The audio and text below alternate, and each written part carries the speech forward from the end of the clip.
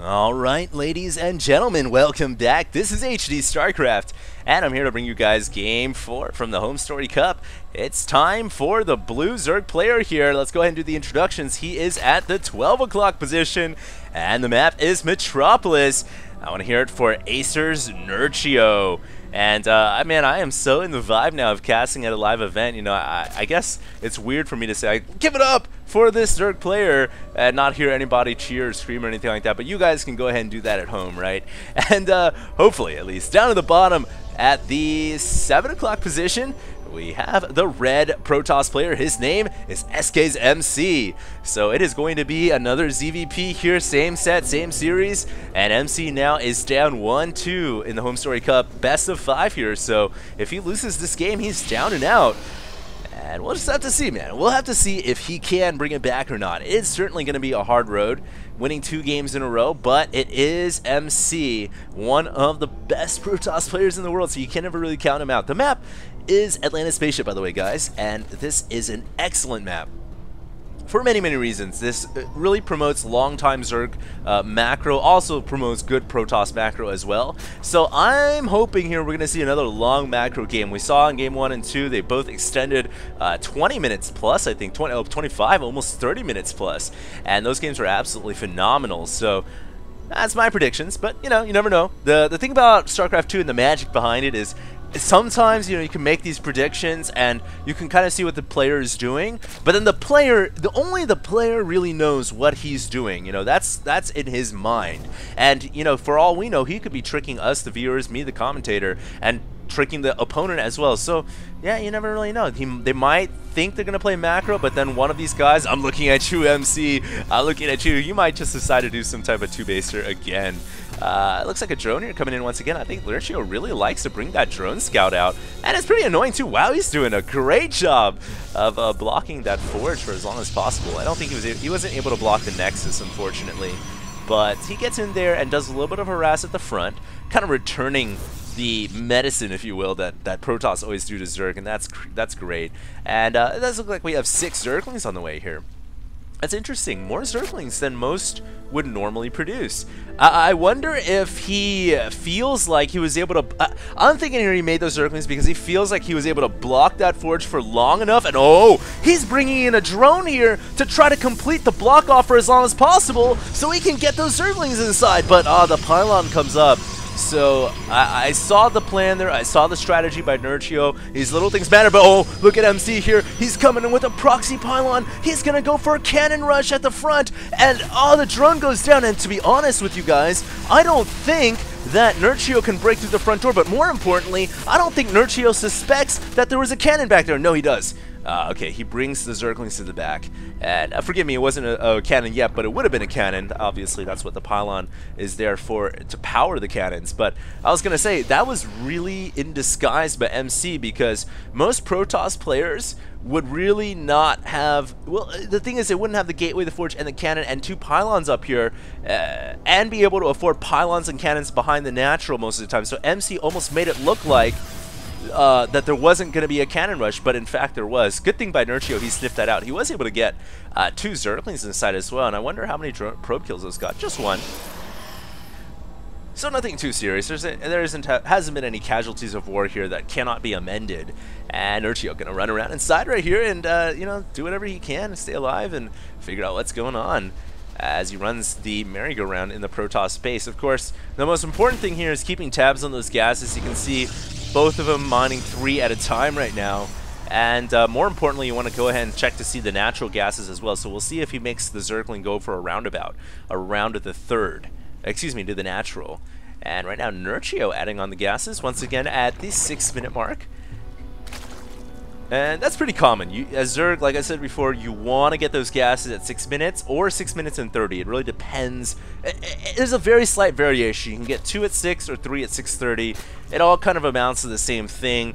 This one's a little bit more safe but less economical, I think. But overall, very similar builds here from the Zerg player. And MC comes in with the Probe Scout.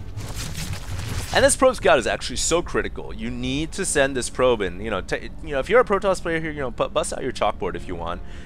this is actually a really good tip, but you always want to check for that third hatchery, because if you don't and the hatchery isn't there, but you don't scout it, it's like, well, you're obviously getting 2-base all in here by the Zerg.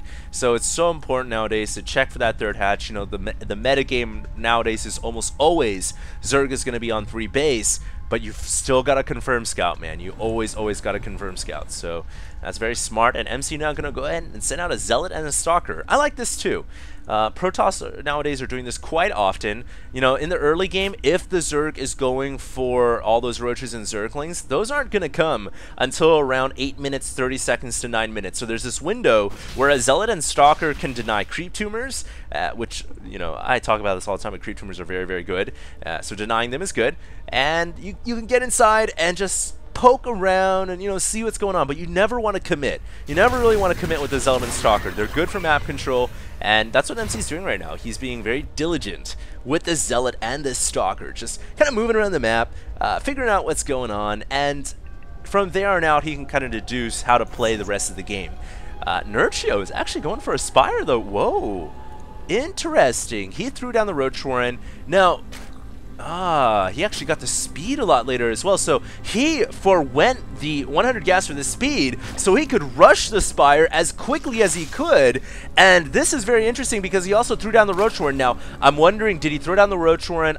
It must have been a Roach Warren just for defensive purposes in case an attack were to come by MC. You know, you just got to have that Roach in case of some type of 4-gate Zealot pressure, which is actually quite common. But he's not going to use the Roaches at all. He forwent the speed on the pool originally to get the 200 into the Spire, so this is going to be very fast Mutalisks. Now, Nerchio, if he moves out with these Zerglings, he might reveal his hand. Most Zergs right now, they would have Roaches in this composition. To see this many Zerglings might tip the hand, because obviously the gas got to go somewhere, either Infestors or Mutas. But MC did not, I don't think he did see those Zerglings. So no, he didn't. So right now, he is actually so in the dark right now. He needs to turn on the light bulbs, man, and get those observers to work, because there are 11 Mutalisks on the way, and I don't think MC has any idea this is coming. Now, thankfully for him, he did go Blink. Wow, that is insane how he got Blink, man. And wait, is he just 2-base all-inning again? 1, 2, 3, 4, 5, 6, 7, 8, yeah. Alright, MC, so he's at it again, guys. He is going for an 8-gate with plus Blink Stalkers, and the beauty behind this is it perfectly counters Mutalisks, and we might actually have a situation here where MC moves out across the map with all of his Stalkers, and then the Mutas and Zerglings swing around behind, because you don't want to engage Mutas against Blink Stalkers, especially with +2 weapons. They're about to finish up here. So MC goes for a 2-base build. He's even brought a Warp Prism as well. Oh my god, with 4 sentries, so he doesn't need Proxy Pods, he just uses his Warp Prism. Now, I was going to say, we might have a base race situation here, because Nerchio is going to get inside. And at this point, MC is too overcommitted. Yeah, guys, we're going to have a base race. Muta Zergling up inside the Protoss main, and MC all up inside the Zerg base. And here we go, ladies and gentlemen. It's really just going to come down to a race at this point. Now, obviously, Blink Stalkers do quite a bit of damage to buildings, but so do Zerglings, man. It's not the Mutas here, it's the Zerglings. They're going to wreak havoc inside the main base. Now, MC, if he's wise, if he's keen, he should actually take out the Spire here. That would be a great idea, just to cut Muta reproduction. And also has some Stalkers down to the bottom right, so he's attacking 2 hatcheries at once. Very nice plays right here from MC. It doesn't look like he's bothering to mount a defense back at home. So it is an old-fashioned base race. He needs to actually run his probes away. Oh no, he lost all his probes. Oh, whoa, he doesn't have any probes mining right now, ladies and gentlemen, and that's never a situation you want to be in if you're in a base race, because you need those workers to build buildings. Hey, just made a new Harvester right now. I actually have no idea where that Harvester is. Yeah, I actually no idea where the Harvester is. Sentries now force fielding the main so they can just be protected inside the main base, but I really want to know where that last worker, it's hiding in the top left-hand corner. MC's probe needs evacuation right now, but it gets taken out. And I don't think the Nexus is even going to bother to make a new probe, man. There's no way to run in. Oh, Nerchio's building hatcheries now. He's trying to hide hatcheries on the map, but MC's all over it. Ladies and gentlemen of the jury, I would like your verdict right now. Will we have a win for the Protoss or a win for the Zerg? Who is guilty as charged? I think Nerchio might...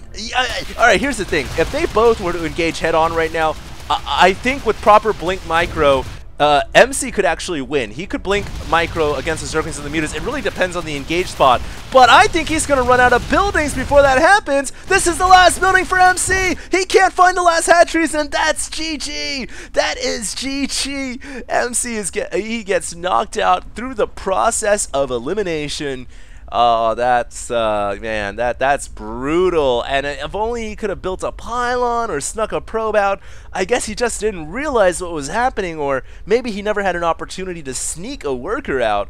But when you get into that race situation, like, I guess I got to commend Nerchio, man. He realized what was happening, and he started building hatcheries, you know? Get some hatcheries around the map, and you don't get eliminated. So that was really smart by Nerchio, and he is going to take this series 3-1. Well done by the Zerg player. MC, I think, oh man, that Twilight Council, the last bastion of Protoss hope. Anyways, guys, that was a great game, and I hope you guys enjoyed the cast. If you did, make sure to check me out. I'm on YouTube. Also, Heart of the Swarm beta is almost here. So excited about that news. I do have a beta key as well for Heart of the Swarm, so you know what? Just like 2 years ago, I think it's been 2 years, I'll be bringing you guys some pretty awesome Heart of the Swarm content. And yeah, man, I'm so excited. I hope you guys are too.